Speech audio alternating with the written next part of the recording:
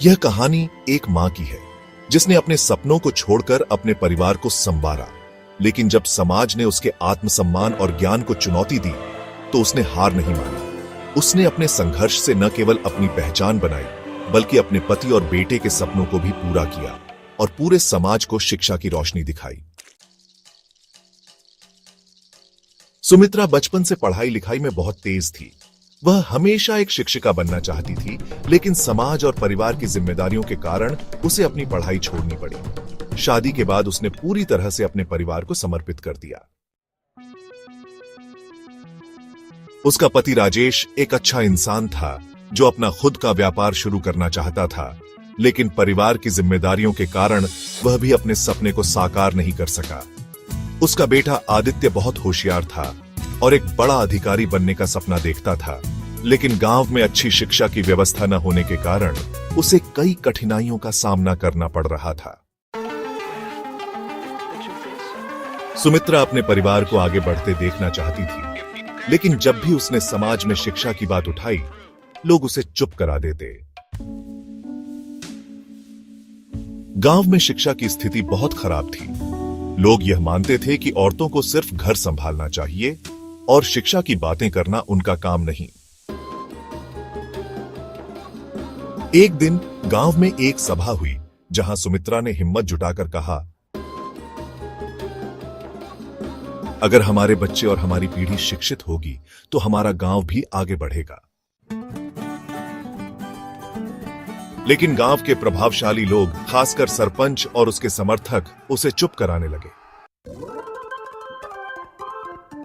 तुम एक औरत हो, तुम्हें शिक्षा की बात करने का कोई हक नहीं। हमारे पूर्वजों ने भी बिना पढ़ाई के जीवन जिया, तो अब क्या जरूरत है। सुमित्रा को यह अपमान सहना पड़ा, लेकिन उसने हार नहीं मानी। इस अपमान ने सुमित्रा के अंदर एक नई आग जला दी। उसने ठान लिया कि वह अपने ज्ञान को और मजबूत करेगी और समाज में बदलाव लाकर दिखाएगी। उसने अपने पति और बेटे को प्रेरित किया। राजेश ने अपने व्यापार को फिर से शुरू करने की योजना बनाई। आदित्य ने कठिन मेहनत की और प्रतियोगी परीक्षाओं की तैयारी करने लगा।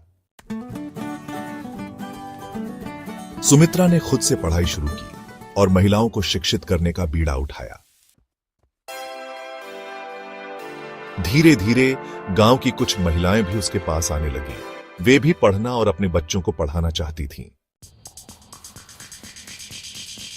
जब सरपंच और उसके समर्थकों ने देखा कि सुमित्रा गांव में शिक्षा फैला रही है, तो उन्होंने उसे रोकने के लिए कई षड्यंत्र किए।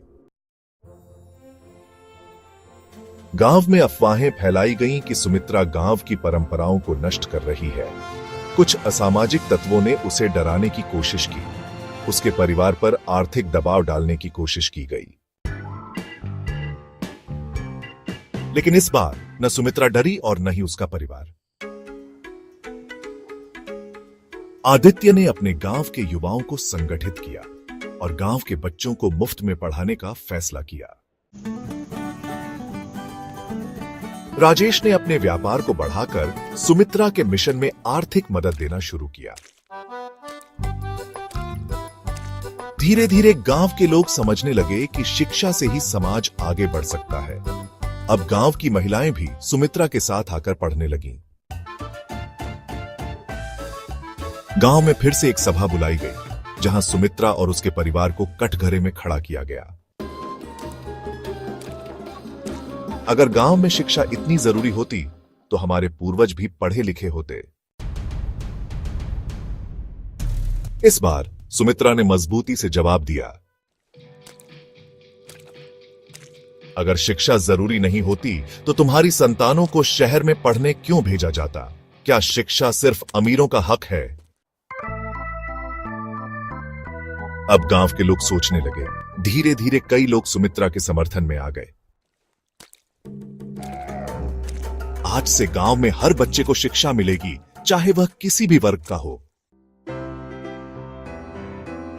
समाज के समर्थन के साथ सुमित्रा ने गांव में पहला स्कूल स्थापित किया, जहां हर बच्चे और महिला को मुफ्त शिक्षा दी जाने लगी। राजेश का व्यापार सफल हो गया और उसने स्कूल के लिए आर्थिक मदद दी। आदित्य ने परीक्षा पास कर एक अधिकारी बनने का सपना पूरा किया और अपने गांव को बेहतर बनाने के लिए काम करने लगा। सुमित्रा गांव की पहली शिक्षिका बनी और उसने साबित कर दिया कि ज्ञान और सत्य की राह पर चलने वाले की जीत हमेशा होती है। अब गांव में हर कोई कहता, एक मां सिर्फ परिवार को नहीं संवारती बल्कि पूरे समाज को रोशनी देती है।